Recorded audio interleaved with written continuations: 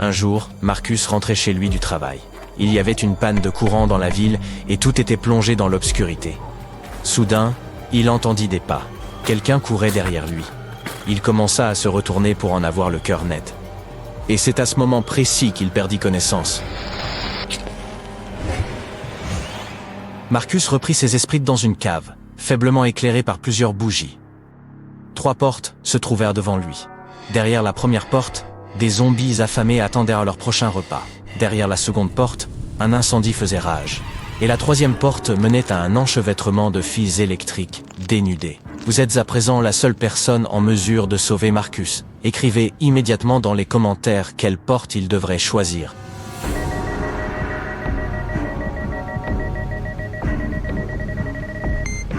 Comme vous vous en souvenez peut-être, il y a une coupure de courant dans la ville. Ainsi, ces fils électriques sont totalement inoffensifs pour le moment. Marcus devrait passer par la troisième porte. Étrangement, notre homme s'est soudain retrouvé dans un salon de coiffure. Après avoir scruté la scène qui se jouait sous ses yeux pendant un moment, il a réalisé qu'un des clients courait un grave danger. Écrivez de qui il s'agit dans les commentaires ci-dessous et prouvez que vous êtes aussi intelligent que Marcus.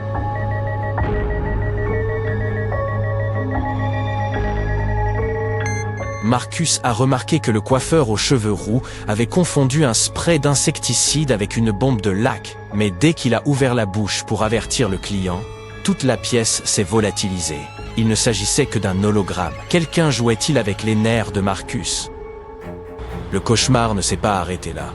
Lorsque Marcus voulut tourner au coin de la rue, une rafale de vent glacial le frappa au visage.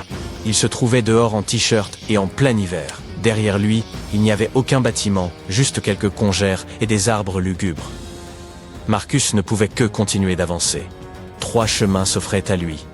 Mais celui de gauche menait à travers la tanière de loups affamés. Pour suivre celui du milieu, Marcus devrait se faufiler à travers une famille d'ours. Et le chemin de droite passait par un lac gelé, recouvert d'une fine pellicule de glace. Notre homme était frigorifié. Aidez-le dans les commentaires aussi vite que vous le pouvez.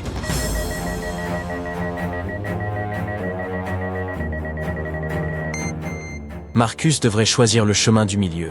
C'est l'hiver, et les ours hibernent la plupart du temps pendant cette saison. S'il parvenait à rester discret, il ne les réveillerait pas et ressortirait de la forêt en toute sécurité. Et en effet, Marcus parvint à échapper au danger et repéra bientôt une maison cachée parmi les arbres. Mais ce n'est qu'après son entrée qu'il réalisa qu'il s'agissait là d'une maison très étrange. L'indice principal était ces 4 portes qui n'attendaient que lui. Derrière la première porte se trouvait un bassin infesté de piranhas. La seconde porte menait à un pic montagneux. Dès que quelqu'un y mettait les pieds, une avalanche s'abattait sur lui. Derrière la troisième porte, il y avait des fils électriques, suspendus à 1 mètre au-dessus du sol et quelques traces humides par terre. Et derrière la 4e porte, il n'y avait qu'une petite pièce avec une seule fenêtre donnant sur le 58e étage. Rien d'autre. Écrivez votre choix dans les commentaires ci-dessous. Plus vite que les autres détectives s'y passent.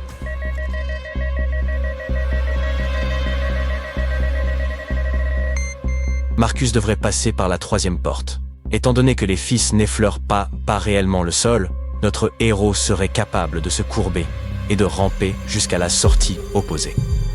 Malheureusement, la personne qui persécutait Marcus n'avait aucune intention de lui faciliter la vie. La porte menant hors de la pièce était verrouillée et le verrou présentait 4 serrures. Il y avait aussi 4 clés accrochées au mur à côté. Si Marcus voulait sortir de la pièce, il devrait assortir chaque serrure à sa clé. Si vous pouvez l'aider à résoudre cette tâche difficile, écrivez « Je peux le faire » en dessous de la vidéo.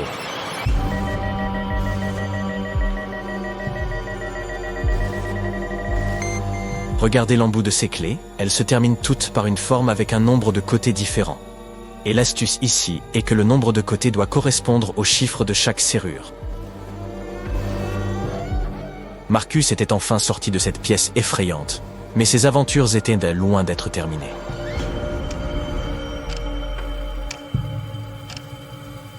De tous les endroits possibles, il fallut qu'il se retrouve dans la cantine d'une prison. Pour échapper à ces détenus, il lui fallait déterminer lequel d'entre eux était le plus riche. Pouvez-vous aider Marcus ?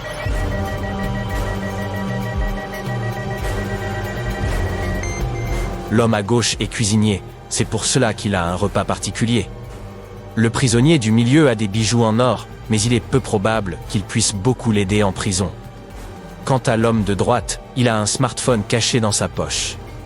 Et en prison, un tel engin signifie la possibilité de communiquer avec le monde extérieur. Il devait donc être le plus influent et le plus riche d'entre eux. Mais si vous n'êtes pas du même avis, écrivez votre opinion dans les commentaires. Pauvre Marcus, pour sortir de la cantine de cette prison, il devait encore choisir la sortie la plus sûre. Mais elles semblaient toutes aussi terrifiantes l'une que l'autre. La première menait à la tanière d'un horrible dragon. La seconde, à une pièce remplie de lave en fusion. Et pour entrer dans la troisième pièce, Marcus devrait se faufiler à travers des rayons laser plus tranchants que des rasoirs. C'est un choix difficile. Dites à Marcus dans les commentaires quelle voie il devrait choisir.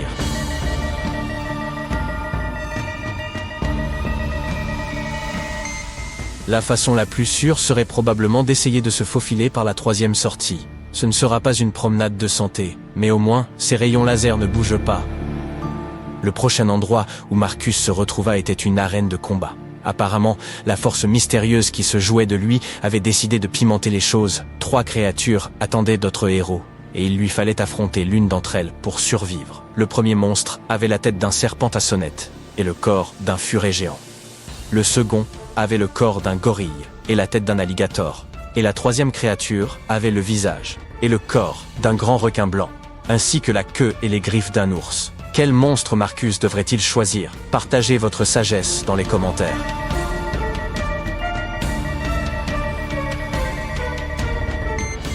Les 2 premiers monstres risquent d'être des adversaires extrêmement dangereux. Imaginez à quel point le serpent furet pourrait être agile et venimeux, et le gorille alligator est certainement trop fort pour que Marcus le batte. Quant au requin ours, étant donné que les requins ont des branchies et ne peuvent pas respirer sur terre, Marcus n'aura qu'à prendre son mal en patience, et le problème devrait se résoudre de lui-même. Une fois tout terminé, Marcus fut transporté dans une pièce faiblement éclairée. Une famille, à l'allure étrange, se tenait devant lui. Marcus devait déterminer quel membre de cette famille était possédé par un fantôme. Étant de nature perspicace, il trouva rapidement la réponse. Et vous, à quel point êtes-vous observateur? Dites-le nous dans les commentaires.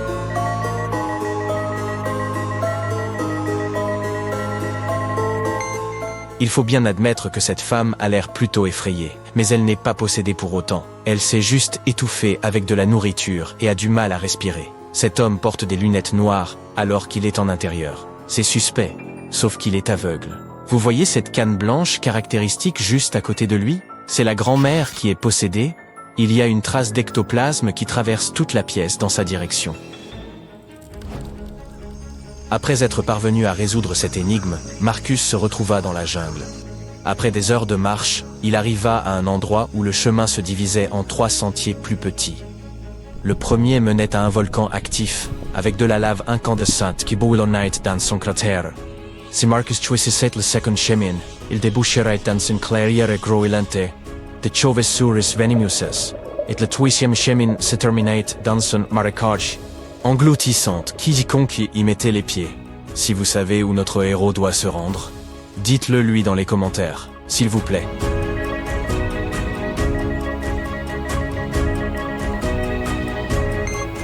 Marcus choisit le deuxième chemin, puisque la plupart des chauves-souris ne s'animent que pendant la nuit.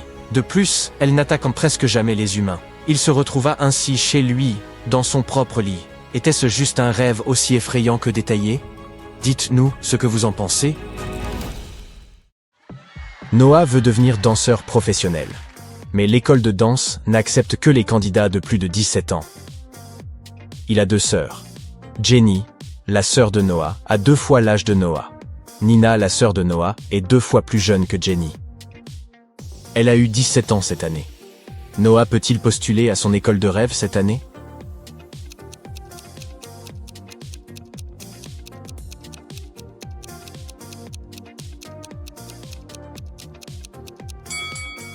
Oui, il peut. Noah et Nina ont le même âge car ils sont jumeaux. Donc, Noah a 17 ans. Noah veut avoir l'air bien pendant ses examens d'entrée. Alors, il se rend dans un salon de beauté. L'un de ses coiffeurs est un imposteur. Pouvez-vous deviner qui?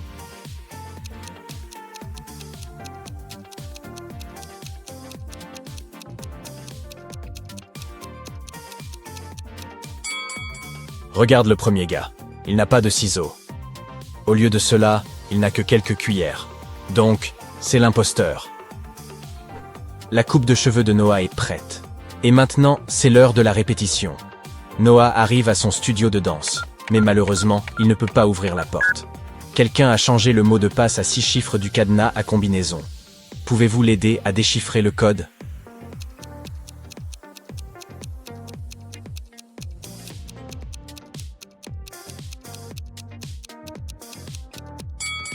Jetez un œil au graffiti sur la porte. Ces lettres sont des indices. Si nous remplaçons chaque lettre par son numéro dans l'alphabet, nous obtiendrons le code 23 19 11. Problème résolu. Noah entre dans le studio et fait face à 4 personnes en costumes effrayants. L'un d'entre eux n'est pas humain. Pouvez-vous deviner lequel?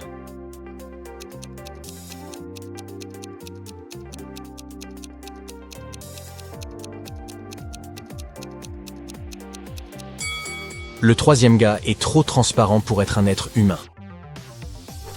Le professeur de danse de Noah entre dans la pièce et la classe commence. Pouvez-vous repérer quelque chose de suspect?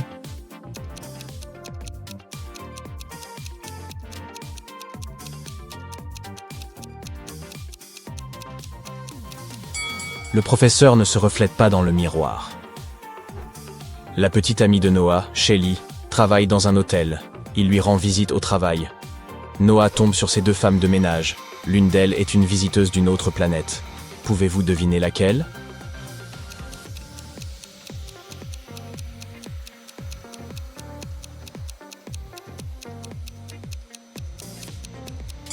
Jetez un coup d'œil à la dame en vert. Son aspirateur est débranché, mais il fonctionne. Donc, c'est l'étrangère de l'espace.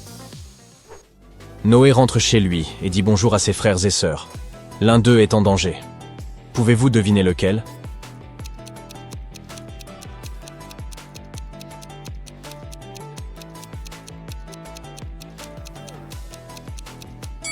Jenny a mélangé du sucre et du sel. Cela va rendre son plat terrible. Ce n'est pas grave, mais Nina est en train de peindre ses vêtements. Elle porte un masque facial au lieu d'un masque respiratoire. Son nez, sa bouche et ses yeux ne sont pas du tout protégés, donc elle est en danger. Noah se rend au centre commercial. Il rencontre 2 couples. Tous 2 ont l'air heureux ensemble. Mais l'un de ces couples a un énorme conflit. Pouvez-vous deviner quel couple?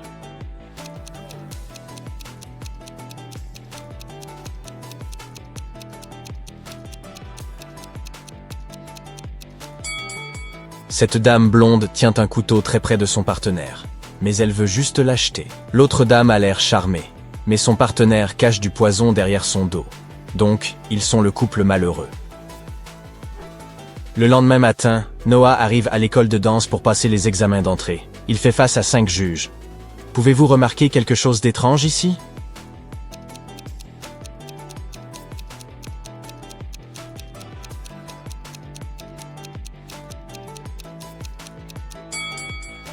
Regarde le mur, le gars dans le tableau bouge.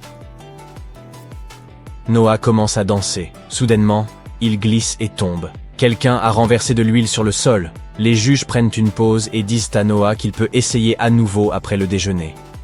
Noah veut savoir qui l'a saboté. Il trouve 3 suspects et les interroge. Shelly dit qu'elle a diffusé en direct sur les réseaux sociaux pendant la performance de Noah. Bobby dit qu'il était aux toilettes à cause de l'anxiété. Et Suzy dit qu'elle se maquillait dans la loge. Qui a renversé l'huile?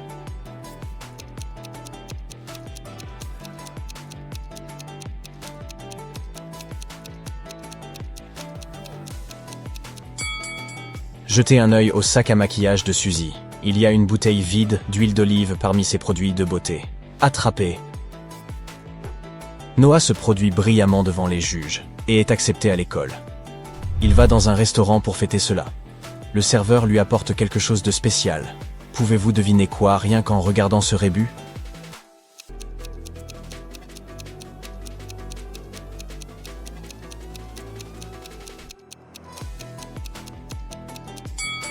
Mayonnaise! Le soir, Noah se rend à un concert de son amie Donna. Elle est une chanteuse célèbre. Les 3 plus grands fans de Donna se présentent dans la loge pour la rencontrer. Après un moment, Noah trouve Donna inconsciente et appelle la police et l'ambulance. Les 3 fans de Donna disent qu'ils ont pris ses autographes et sont partis. Noah fouille la pièce et trouve un tatouage temporaire, à l'image de la signature de Donna. Cela signifie qu'un de ses autographes est faux. Lequel ?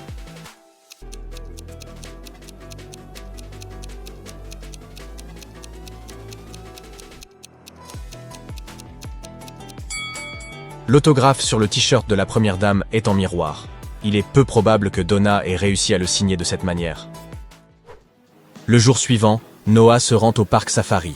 Il voit un tigre s'approcher de ces 2 hommes. Seul l'un d'entre eux est en danger. Pouvons-nous deviner qui ?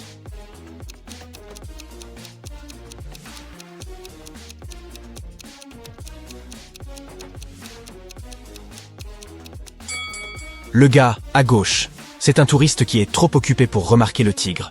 Pendant ce temps, celui de droite travaille ici. Il a un badge, un chapeau protecteur et un lasso.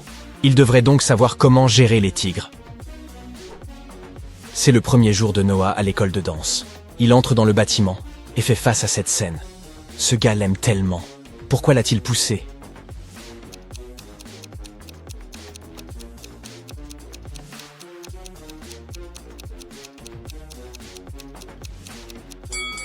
Regarde dans le miroir. Un caméraman se tient derrière. Ils tournent un film. Dans les toilettes, Noah se rend compte qu'il n'a pas de papier toilette. Heureusement, un homme dans une cabine voisine est prêt à partager son papier toilette. Mais seulement si Noah résout son énigme. Qu'est-ce qui peut traverser l'eau sans se mouiller ? Pouvez-vous aider Noah ?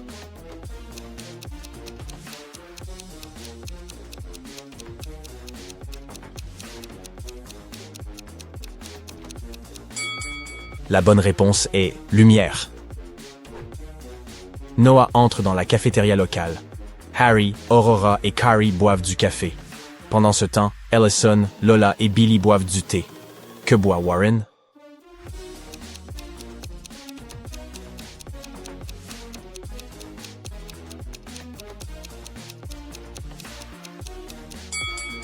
Il y a un motif ici. Les personnes ayant 2 lettres R dans leur nom boivent du café. Et les personnes avec 2 LA boivent du thé. Warren a 2 R, donc il doit boire du café. Après les cours, Noah fait une promenade dans le parc. Une de ces personnes est un policier travaillant sous couverture. Pouvez-vous deviner qui ?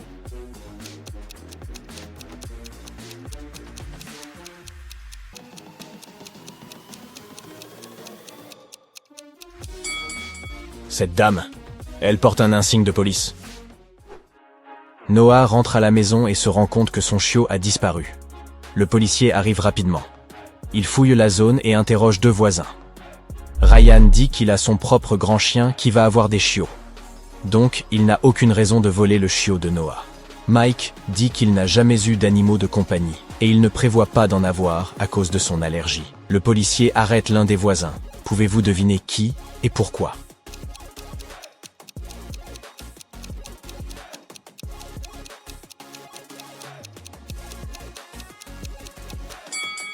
Mike a volé le chiot. Il a des sacs de courses d'une animalerie chez lui. Par conséquent, son histoire est fausse. Le lendemain matin, Noah retourne à l'école de danse. Oh non, quelqu'un a cambriolé son casier et volé ses chaussures de danse. Noah appelle le gardien de sécurité et ils interrogent 4 suspects. Quand Billy est entré dans la salle de costume, le casier de Noah était déjà ouvert. La femme de ménage dit qu'elle n'est entrée dans cette pièce qu'une fois pour laver les sols tôt le matin. Elle n'a ouvert aucun casier. Mike dit qu'il n'y a aucun intérêt à voler les chaussures de Noah parce que ses pieds sont beaucoup plus gros. Et Warren dit que ses parents peuvent se permettre d'acheter toute la ville. Alors pourquoi voler des chaussures bon marché à quelqu'un qui ment ?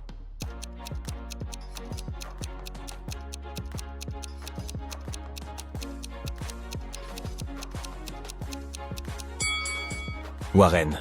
S'il est si riche, pourquoi porte-t-il un faux pull Gucci ? Noah rend visite à sa petite amie Shelly à l'hôpital.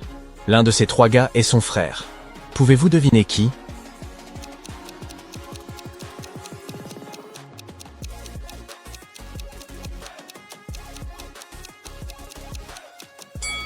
Le 3e gars est son frère. Ils sont jumeaux, mais avec des coiffures différentes.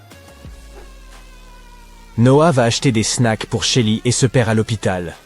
Il se promène et trouve une autre porte avec une serrure à combinaison. Mais il doit trouver le bon code à 4 chiffres pour l'ouvrir. Pouvez-vous l'aider?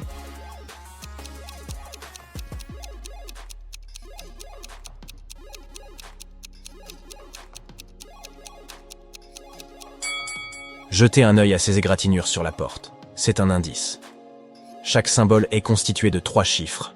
Il suggère les numéros que Noah doit entrer. Donc le code est 2, 5, 1, 7. 3 riches hommes d'affaires se plaignent auprès de Brooke, qui est détective. Cette semaine, un mystérieux criminel a dérobé une voiture à chacun d'entre eux, et il n'a laissé aucune trace. Mais Brooke a découvert son modus operandi. Elle pense que le voleur commettra bientôt de nouveaux larcins. Mike, Colin et Bill ne sont pas tranquilles, car ils possèdent des voitures très coûteuses. Quelle voiture le voleur va-t-il faucher ce soir? Si vous connaissez déjà la réponse, n'hésitez pas à la partager dans les commentaires.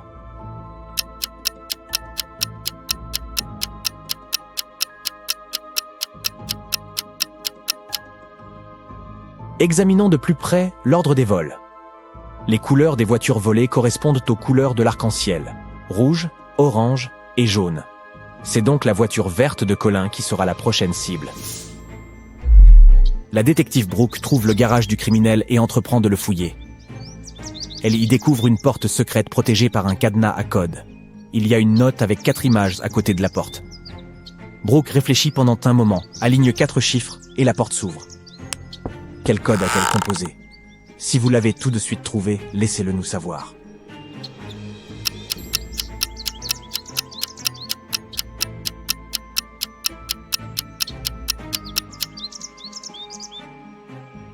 Le code est 2731. Chaque chiffre correspond au nombre de couleurs de l'objet dans chaque image. Brooke entre dans la pièce secrète et aperçoit 6 bagues sur la table. Essayez de mémoriser tous les détails, car vous en aurez besoin plus tard. Très bien maintenant, pouvez-vous repérer les bagues qui n'étaient pas présentes sur la photo d'origine? Assurez-vous de partager vos réponses.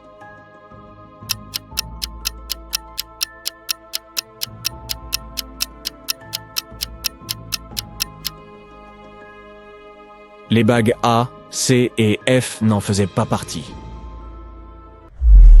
Après une longue journée de travail, Brooke a très faim. Elle aimerait quelque chose de sucré, alors elle va à la confiserie. Brooke a 3 options parmi lesquelles choisir. Une barbe à papa, des sucettes ou une pomme d'amour. Quel aliment est dangereux à manger? Faites-le nous savoir dans les commentaires.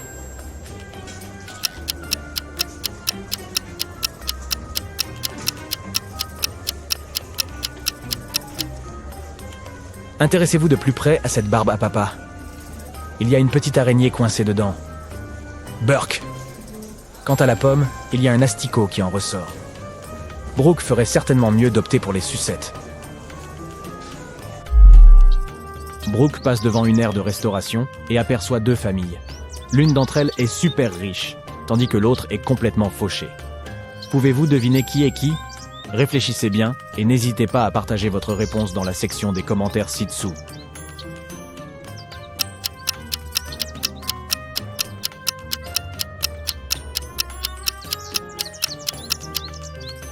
Jetez un œil à la seconde famille. Ils ne mangent pas de cette nourriture pourrie. Le fils ne fait que la prendre en photo.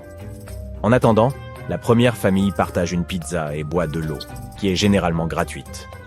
Et le téléphone de la mère semble d'un autre siècle. Par conséquent, la famille la plus riche est celle de droite. Brooke se dirige vers la cafétéria et voit 6 hamburgers différents dans la vitrine. Essayez de les mémoriser. Vous aurez besoin de ces détails plus tard.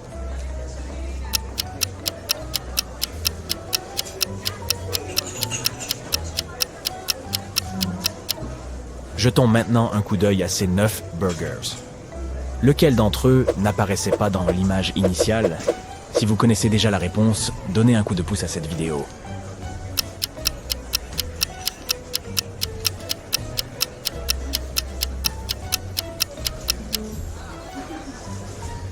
Les hamburgers B, D et E sont nouveaux. Le lendemain, la détective Brooke reçoit une nouvelle affaire mystérieuse. Quelqu'un a attaqué Larry, le responsable des ressources humaines d'une grande multinationale. Cela s'est produit il y a environ 1 heure. Brooke isole 3 suspects. La première est Lily. C'est une candidate qui est un peu remontée contre Larry parce qu'il l'a fait attendre pendant des heures. Lily est restée dehors sous la pluie et a probablement attrapé froid. Mais elle déclare qu'elle ne s'en est pas prise à lui. Kyle, le directeur marketing de l'entreprise, a participé à des réunions toute la matinée jusqu'à l'heure du déjeuner. Il prétend donc qu'il n'a pas du tout vu Larry. Quant à Jeff, du département informatique, il dit à Brooke qu'il s'est rendu à vélo jusqu'à un café pour y prendre son cappuccino. Il est revenu juste à l'instant. Qui est l'assaillant? Dépêchez-vous d'être le premier à laisser un commentaire.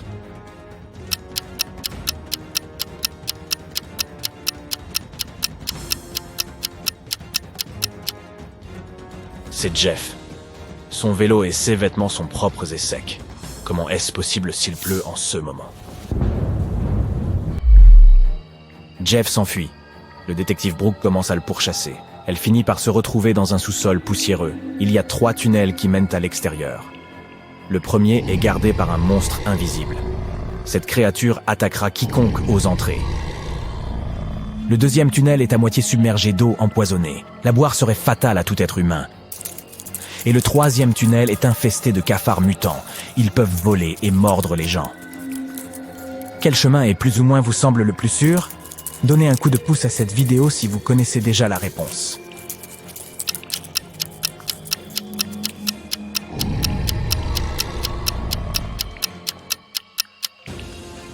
Elle devrait choisir le second tunnel. L'eau n'est dangereuse que si vous la buvez. Brooke peut donc simplement traverser le tunnel la bouche fermée et rester en sécurité. Le lendemain matin, la détective Brooke profite d'une journée de repos à la plage. Tout à coup, elle entend une dispute éclater à proximité.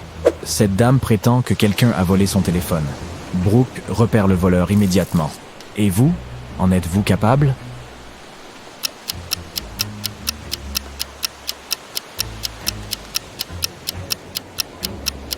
C'est cette femme blonde a volé le téléphone. Elle prend des selfies avec son propre appareil, mais il y en a un autre caché dans son maillot de bain. Prise la main dans le sac. Appuyez sur le bouton « J'aime » si vous avez réussi à résoudre cette énigme. Brooke repère 6 perroquets sur un arbre et prend une photo.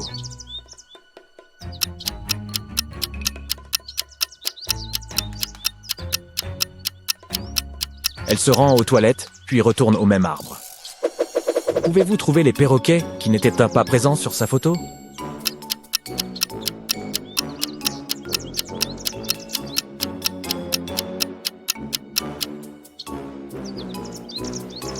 Les perroquets A, E et F sont arrivés à l'instant. C'était difficile? Faites-le nous savoir dans les commentaires. La détective Brooke reçoit un appel urgent de son travail. Un dangereux visiteur venu d'une autre planète serait en train de se détendre à la plage. Il peut se faire passer pour un humain, de sorte que Brooke doit être très attentive. Pouvez-vous l'aider à repérer quelque chose de suspect? N'oubliez pas de partager vos conclusions.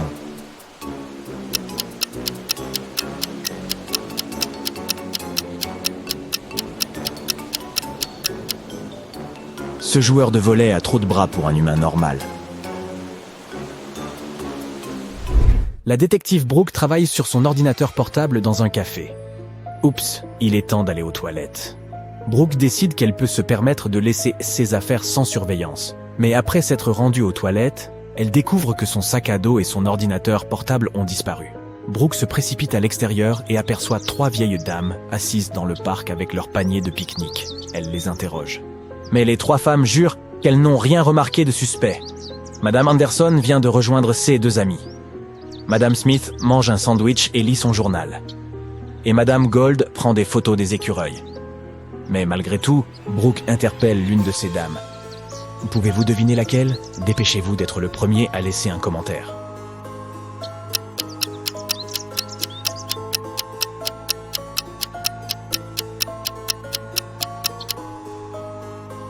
Le sac à dos de Brooke était rouge, vous vous souvenez? Et il y a une sangle rouge qui dépasse du panier de pique-nique de Madame Anderson, prise en flagrant délit. Brooke reçoit un appel de sa meilleure amie, Barbara. Elle soupçonne que son petit ami, Will, lui cache quelque chose. Barbara voudrait accéder à son ordinateur portable pour enquêter, mais elle ne connaît pas le mot de passe. Heureusement, il y a une note comportant un indice juste sur son bureau.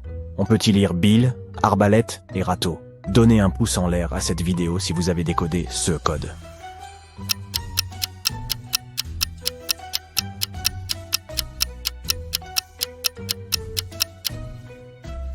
Et le mot de passe est Barbara. Et oui, son nom est le mot de passe. Oh. Will préparait juste une surprise pour l'anniversaire de Barbara. Il l'a emmenée pour un voyage romantique en hélicoptère. Mais hélas, leur véhicule est tombé en panne dans les airs. Et ils ont dû atterrir sur une petite île déserte. Nos amis ne peuvent pas appeler à l'aide. Leur téléphone portable et leur radio ne fonctionnent pas. Il n'y a pas d'arbres sur l'île. Seulement du sable et des rochers autour d'eux. Ils ne peuvent donc pas faire de signaux de fumée. Soudain, Barbara remarque un avion qui circule dans le ciel. Mais malheureusement, il vole trop haut et le pilote ne peut pas les apercevoir. Will a une idée brillante. Et peu de temps après, l'avion les récupère. Qu'ont-ils fait? Réfléchissez bien et partagez vos idées dans les commentaires.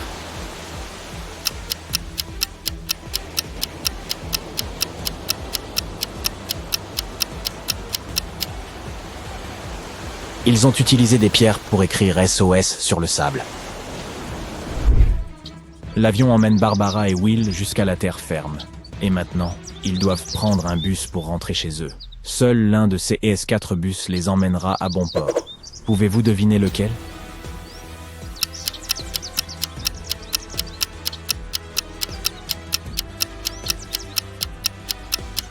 C'est le deuxième bus. Cliquez sur le bouton « J'aime » si vous avez tout trouvé. Et si vous voulez entraîner votre réflexion au quotidien, n'oubliez pas de vous abonner. Préparez-vous à résoudre cette énigme. 3 femmes se sont réunies autour d'une table dans un café très en vogue. Leur aspect semblait dénoter une certaine opulence. 2 d'entre elles avaient l'air riches, tandis que la dernière femme ne semblait pas aussi aisée. Regardez-les très attentivement et écrivez dans les commentaires laquelle d'entre elles n'est pas vraiment riche. La réponse pourrait ne pas être aussi évidente qu'elle en a l'air.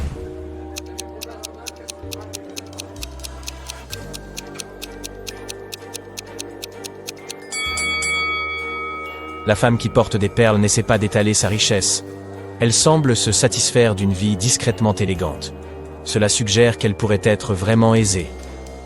La deuxième femme porte des accessoires extrêmement coûteux. Elle n'a pas besoin de voiture, car elle sera récupérée par son chauffeur et sera informée de son arrivée par sa smartwatch. Mais la troisième femme n'est pas vraiment riche. Elle ne possède rien de précieux, et l'argent qui déborde de son sac est probablement faux.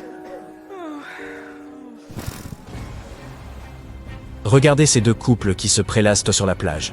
Ils portent des sacs de marque à leur côté et ils sont vêtus de maillots de bain de luxe.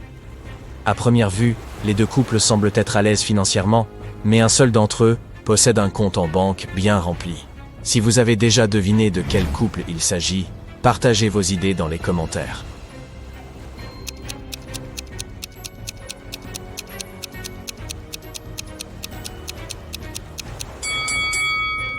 Le couple de gauche n'a que des possessions en toc. Si vous les regardez attentivement, vous remarquerez que les logos sont mal écrits. Ils sont aussi très pâles. Est-ce parce qu'ils doivent rester tout le temps au bureau et ne partent en vacances qu'une fois par an? Ou juste parce qu'ils sont roux? Quant au couple de droite, leurs affaires, quoique d'apparence plus sobres, sont bien entretenues, ce qui suggère qu'ils privilégient la qualité à la démesure. Et leurs bagages usés témoignent de leurs nombreux voyages. De plus, ils sont de la peau bronzée, ce qui signifie qu'ils ont tendance à partir en vacances beaucoup plus souvent. Un criminel présumé, Douglas, le maléfique, avait vadrouillé en divers endroits du monde. Interpol le pourchassait, espérant l'attraper en possession de grandes sommes d'argent inexpliquées. Lorsqu'ils ont enfin mis la main sur leur homme, ils n'ont trouvé sur lui que des lunettes de soleil, un portefeuille contenant environ 50 $ américains, des cartes de crédit et quelques devises étrangères. Ils n'ont eu d'autre choix que de le laisser partir. En réalité, cependant, Douglas a réussi à dérober une fortune au nez et à la barbe des autorités. Si vous avez des idées sur la façon dont il s'y est pris, partagez-les dans les commentaires.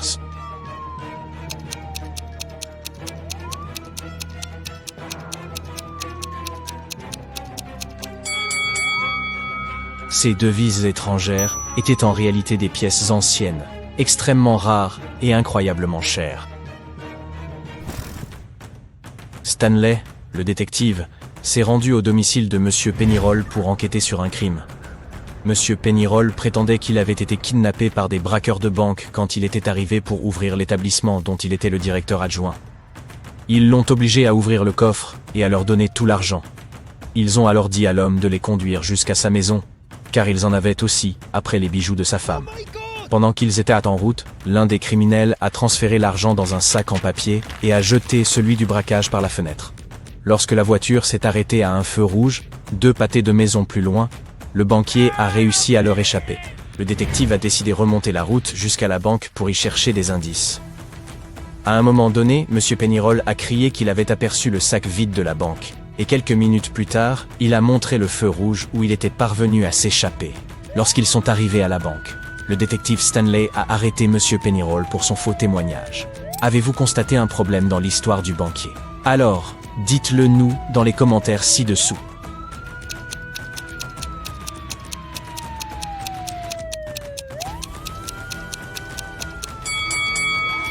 En revenant vers la banque, il n'aurait pas dû atteindre le sac d'argent avant d'avoir atteint le coin où M. Pennyroll avait sauté de la voiture. Il était censé n'avoir fait cela qu'après que le criminel ait jeté le sac. Si son histoire était vraie, le détective et le banquier seraient d'abord passés par ce coin de rue, et ensuite seulement devant le sac d'argent.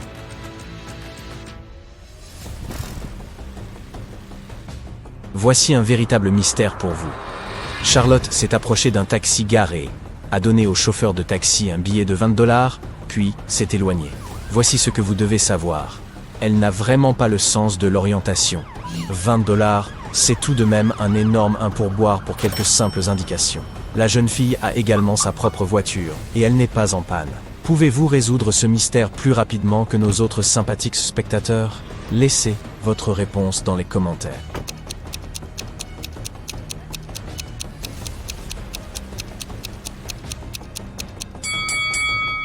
Charlotte était perdue et a payé le chauffeur de taxi pour l'emmener vers sa destination.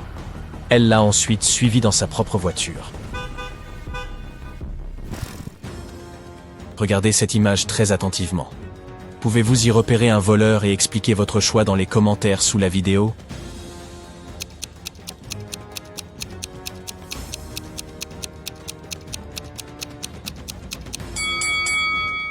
C'est la femme au manteau beige avec des revers blancs. Elle se distingue de la foule, car tout le monde porte soit des tenues sans manches, soit des tenues à manches courtes.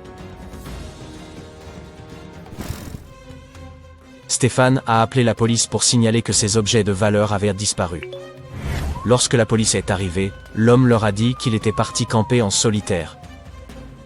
Il venait d'arriver et avait installé sa tente quand il s'est mis à pleuvoir.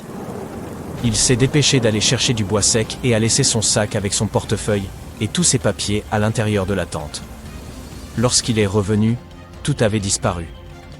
Les policiers n'ont pas cru Stéphane et l'ont interpellé pour ses fausses déclarations. Avez-vous compris comment ils ont su que l'homme leur mentait? Alors dites-le nous dans les commentaires.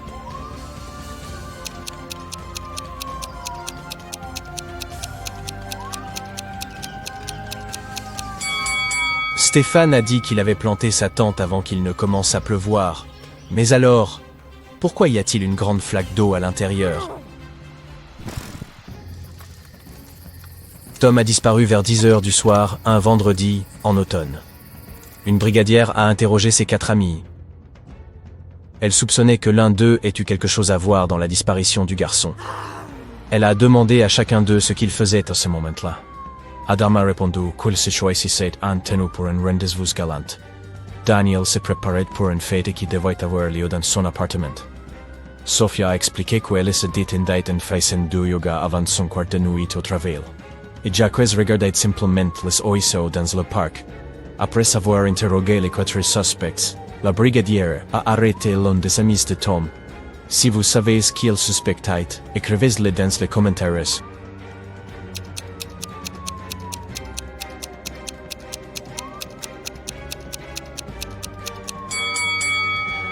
C'était Jacques. À 10h du soir en automne.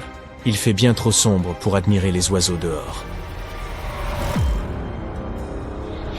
L'inspecteur James a été appelé dans un petit hôtel pour enquêter sur une mystérieuse disparition de bijoux. Emily s'était enregistrée la veille au soir et avait placé tous ses coûteux diamants dans le coffre-fort de sa chambre d'hôtel. Après être revenu du déjeuner le jour suivant, les bijoux avaient disparu. James avait trois suspects. La réceptionniste a raconté qu'elle était sortie pour sa pause déjeuner. La femme de chambre a déclaré que notre cliente avait quitté l'hôtel plus tôt dans la journée et qu'elle nettoyait sa chambre. Suzanne, une autre cliente de l'hôtel, a dit qu'elle venait à peine de se réveiller. L'une de ces personnes ment. Si vous découvrez qui c'est, détaillez vos suppositions dans les commentaires le plus rapidement possible.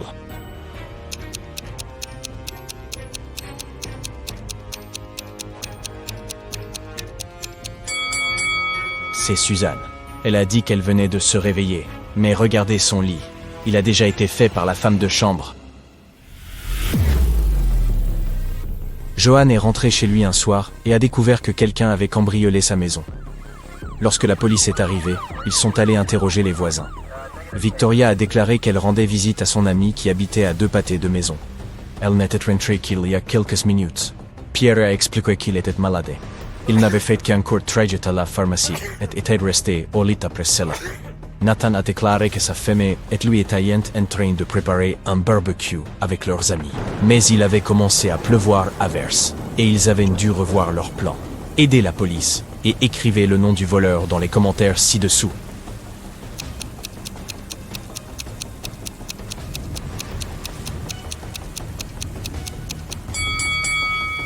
C'est Victoria. Il pleuvait, et elle a dit qu'elle venait juste de rentrer à la maison.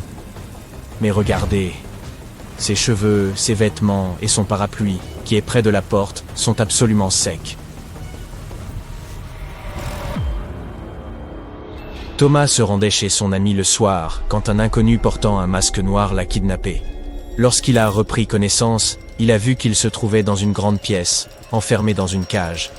Il y avait 3 leviers sur le mur adjacent à sa prison. S'il tirait sur le premier levier, il laisserait entrer des lions affamés dans la cage. Le second levier remplirait la cage d'eau. Et le 3e levier activerait un mécanisme spécial qui ferait que le plafond de la cage s'abaisserait, écrasant tout ce qui se trouve à l'intérieur. Quel levier Thomas devrait-il tirer pour survivre? Partagez vos déductions dans les commentaires.